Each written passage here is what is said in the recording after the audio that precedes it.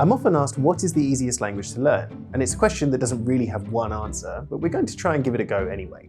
I'm British polyglot Alex Rawlings, and I'm joined by my friend and accent expert Luke Nicholson, where we're going to discuss that question and also think about what may be the hardest language to learn. Remember to subscribe below to make sure you don't miss our other language learning videos.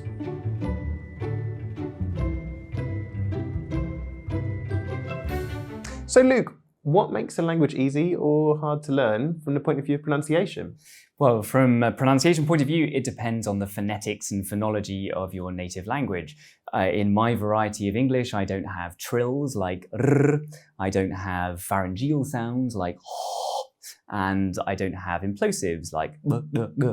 So if I'm learning a language with these tricky sounds for me, then that's going to make it more challenging. We also can talk about the phonotactics of someone's language. So in my variety of English, I can only have a certain number of consonants at the beginning of a syllable. In the word string, I've got s, t, and r, string. But there are other languages where there might be more consonants permitted or more complex consonants. For example, if I'm learning Czech and I want to say the word Thursday, I need to say čtvrtek, čtvrtek, čtvrtek, which has a ch, v, r, t. All of that consonant sequence is pretty tricky for an English speaker, čtvrtek.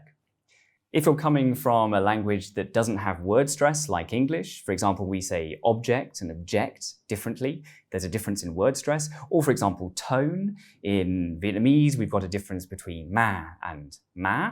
Then it's going to be pretty tricky to approach that language. And my advice to somebody learning a language that has tone or has word stress, when you're coming from a language that doesn't have either of these things, is to really make sure that you understand how important it is. So it changes the meaning of a word. And so whenever you learn a new word, you need to make sure that you've learned the tone or learned the word stress. What about you, Alex?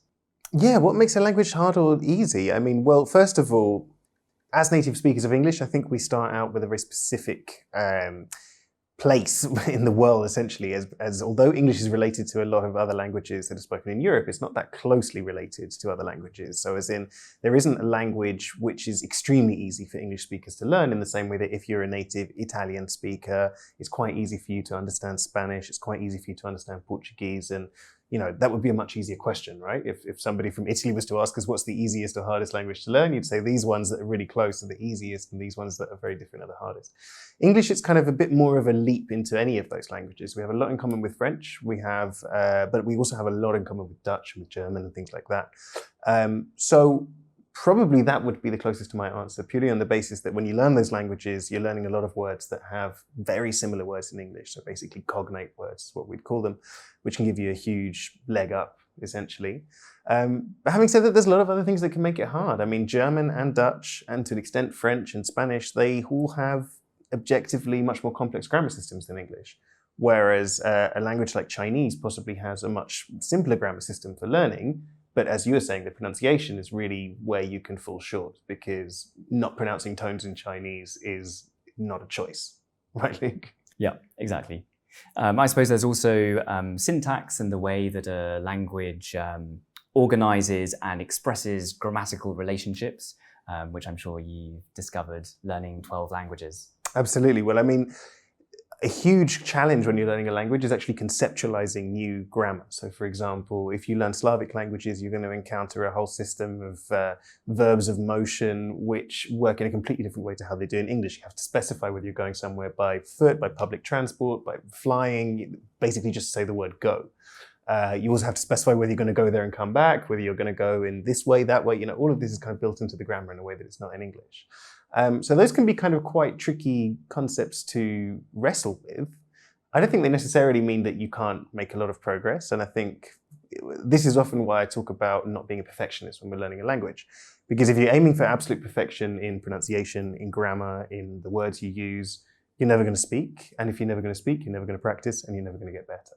So I take a lot of inspiration from people I know who are non-native speakers of English, but who do have an accent and they don't mind, who do occasionally make small mistakes, but it doesn't matter, everyone understands them. They have an amazing ability to express themselves, and you know, you can have conversations with them about almost any topic in the world. That for me is the role model. And when I'm learning foreign languages, I don't aim for perfection. I don't aim for being able to pass for being a native speaker or anything like that. I just aim for being able to express myself. Absolutely. And the more that you do express yourself, then it just builds up your confidence, right? Every conversation that you have. Absolutely. So, Luke, of the languages you've studied, what do you think is the easiest and what do you think was the hardest one you've come across in terms of learning the pronunciation?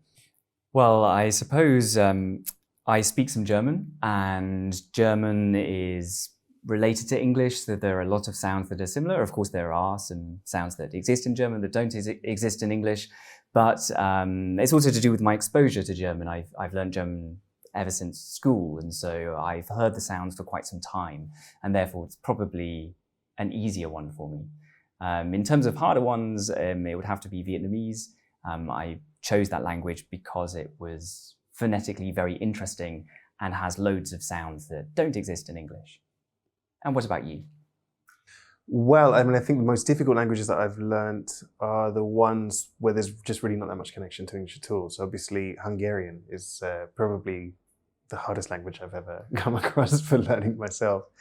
But again, I mean, it's just one of those languages where when you persevere, it all does start to come together. I mean, it's this thing of like, when you're learning right at the beginning, you're overwhelmed by so much detail of kind of why is everything so different. And then the more you learn, it gradually starts to make sense to see the fuller picture. Easiest languages, I think, grammatically speaking, the easiest language I've ever studied was Afrikaans. Just because it's a Germanic language, so it follows kind of the patterns of German and Dutch that I was already familiar with, but it's much simpler in terms of the amount of grammar that you actually have to learn, the number of tenses, the way it's used, and Afrikaans as a language has always existed in very close connection with English. So there's an awful lot of influence from English as well, which made it quite easy to learn.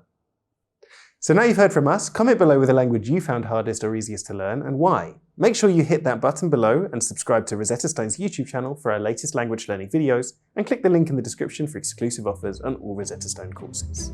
See you next time.